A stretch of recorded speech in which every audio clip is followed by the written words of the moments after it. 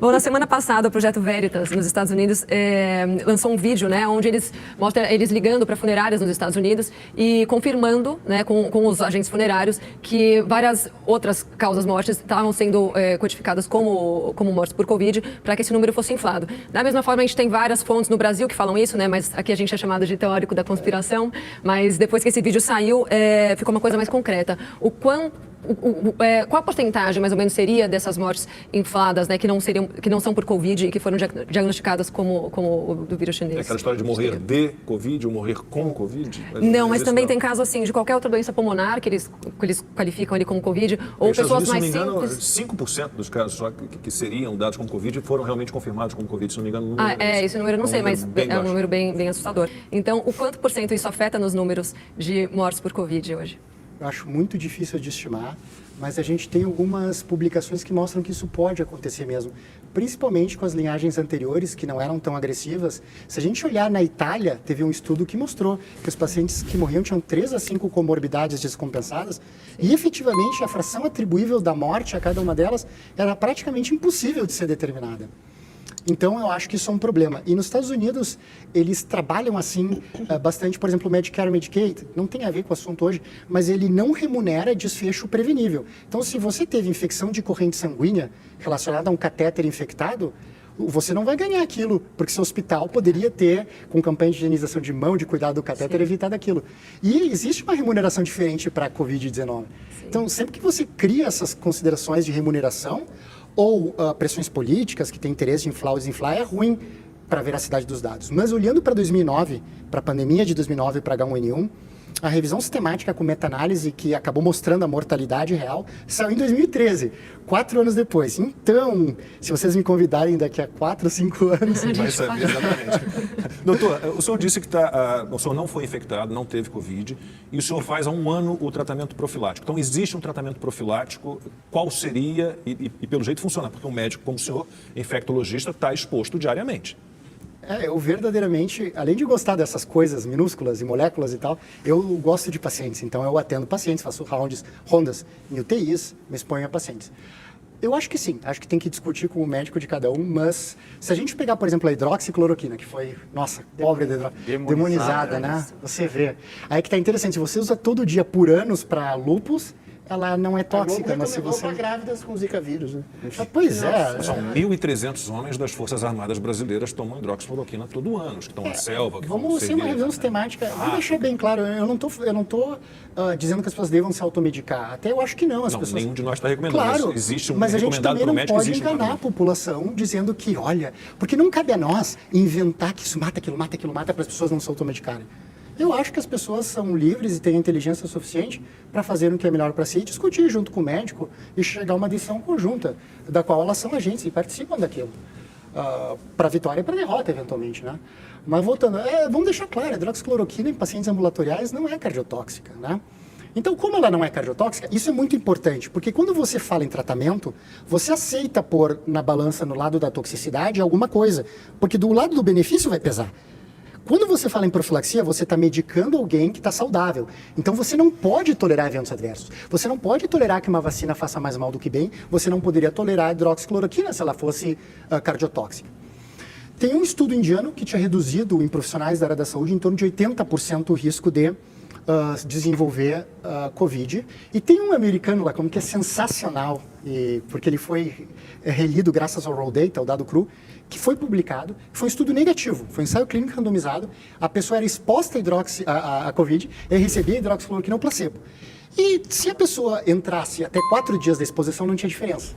E aí, como foi negativo, ele foi publicado.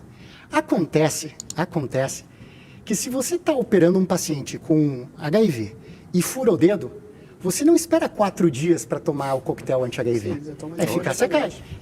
Aí um colega da Fluminense, o Watanabe, ele teve acesso aos dados crus do autor e ele mostrou que até o 3º dia tinha diferença estatística. E até o 1º dia o benefício era em torno de 73%, que fechava o estudo indiano. Então, com base nisso, eu achei que eu poderia usar sem que o Estado ou sem que nenhum representante autárquico me incomodasse. Eu estou usando e recomendando para alguns pacientes, claro que são meus pacientes. E depois eu comecei a usar a ivermectina também. E quando saiu a vacina, eu fiz a vacina. E deixei me fotografarem fazendo a vacina e coloquei nas minhas redes. Não é uma pandemia? Não é tá todo mundo desesperado? Não justificam que fechem o sustento da tua família? Bom, então se justifica tudo isso, todas as armas têm que estar fumegando. Mas doutor, vamos falar disso. A gente Tem entender qual é o vacina. princípio do tratamento precoce. Porque o tratamento, quando a pessoa está infectada, é uma tentativa de diminuir a carga viral. Mas e a profilaxia, a prevenção? Qual é o princípio da prevenção? Por isso que eu acho que a hidroxicloroquina brilha em prevenção, porque o tempo de vida dela no corpo é muito prolongado. Por isso que se usava em profilaxia de malária, como você bem citou, do exército. Então imagina, se você é exposto a um vírus e você tem nível circulante de hidroxicloroquina, Ele entrou, ele já é combatido. na verdade a hidroxicloroquina nem deixaria o vírus entrar. Bloqueia uma daquelas uma fechaduras barreira, né? das duas que tem. A ivermectina é bacana porque ela não atua contra o vírus, mas ela impede que... Isso é um pouco complexo, mas ela impede que o citoplasma da célula se comunique com o núcleo. Isso é muito legal, porque o vírus engana o núcleo. Muito bem. E partindo aqui da premissa de que eu não sou contra a vacina, tá? Já parto dessa premissa, acho que as pessoas têm que se vacinar mesmo. O que é que o senhor pensa sobre vacinas, outros tipos, por exemplo, desenvolvimento de vacina por spray nasal e outras alternativas? É possível? É possível. E eu acho o seguinte, do ponto de vista de filosofia e ética, quem pode defender a vacina é quem defende o tratamento. Porque o que não pode é o contrário, é você defender a vacina com base num punhado de slides e pedir evidências do tratamento. Isso não tem lógica. Então, isso é importante de dizer. Doutor... eu acho que tem várias tecnologias, sim, interessantes. Em particular, o problema das vacinas que a gente tem hoje contra o coronavírus, só para tornar o assunto complexo mais rápido, é que, como a gente aplica elas de forma sistêmica, você injeta no corpo, você induz uma resposta sistêmica que protege o pulmão, se der certo. A eficácia a gente sabe que está longe de ser 100%. Mas ela não protege as mucosas. Então, o vírus pode se dividir na mucosa e talvez ser transmitido. O que Então, seria uma nesse sentido, o spray infestação. nasal seria melhor. Exatamente, porque vacinas que são aplicadas dessa forma induzem imunidade de mucosa. Aí você nem se infectaria. Ou seja, seria uma infestação e não uma É o que infecção. a gente chama de imunidade esterilizante. Imunidade esterilizante é aquela que você nem vai ter evidência que se infectou. Você vai fazer seus marcadores de infecção depois, você não vai ter evidência que se infectou. Você pode ter IgA, principalmente, que dá aquela imunidade mucosa, mas você não fica doente, você não tem nenhuma febrinha, você não tem nada. Você se expõe ao vírus e não se infecta.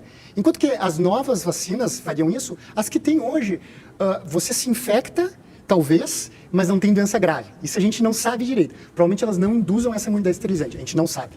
Em que medida, em qual sintoma você deve se medicar ou procurar um médico, mesmo antes da possibilidade de contaminação? E qual a responsabilidade, por exemplo, de um político, de um ministro, que mandou as pessoas ficarem em casa e não fazer nada aos primeiros sintomas do vírus? Isso é um absurdo. Para mim é o grande erro da pandemia. Sim. Porque, como médico, veja, quem percebe a falta de ar é o cérebro, não é o pulmão. Então, o cérebro vai perceber a falta de ar quando o pulmão está encharcado. Por quê? Porque quando o pulmão está encharcado, ele está pesado. Aí o cérebro se dá conta que está difícil de movimentar. O problema da Covid é que, no início, você forma microcoágulos e o pulmão não está cheio de água. O sangue não chega para ser oxigenado por causa desses microcoágulos, mas ele está leve, ele está fácil de ventilar. Então, você não percebe a falta de ar. É o que os americanos chamam de hipoxemia feliz. Você está feliz e já está hipoxêmico. Então, ao mandar as pessoas ficarem em casa até terem falta de ar, você mandou as pessoas ficarem em casa até serem terminais. Basicamente. Morrerem. Isso. Ou quase. Talvez você consiga redirecionar o desfecho com medidas desesperadas em alguns casos. Doutor, eu gostaria de terminar de uma forma mais otimista, deixando uma esperança, mas não sei se é possível. Para a gente encerrar, quais são as nossas perspectivas de agora em diante? O que a gente deve ter em relação à Covid, o número de casos, de mortes? Bem, o que parece que está acontecendo, Lacombe, é que o vírus aprendeu a lidar conosco. Ele está mutando e está nos conhecendo melhor e está fugindo do nosso sistema imune. A pergunta é se nós aprendemos a lidar com o vírus. Eu acho que o que tem que ficar é isso. A gente tem que se dar conta que vão ter outras coronaviroses. Poxa, não é uma coincidência. Em 2002 teve uma, em 2012 teve outra e agora em 2019. Então, acho que a gente sai um pouquinho das eras das influenzas e entra nas eras das coronaviroses. E acho que a mensagem a mensagem positiva que tem que ficar é: se a gente aprender com todos os erros, que não foram poucos com essa, talvez a gente não os cometa na próxima.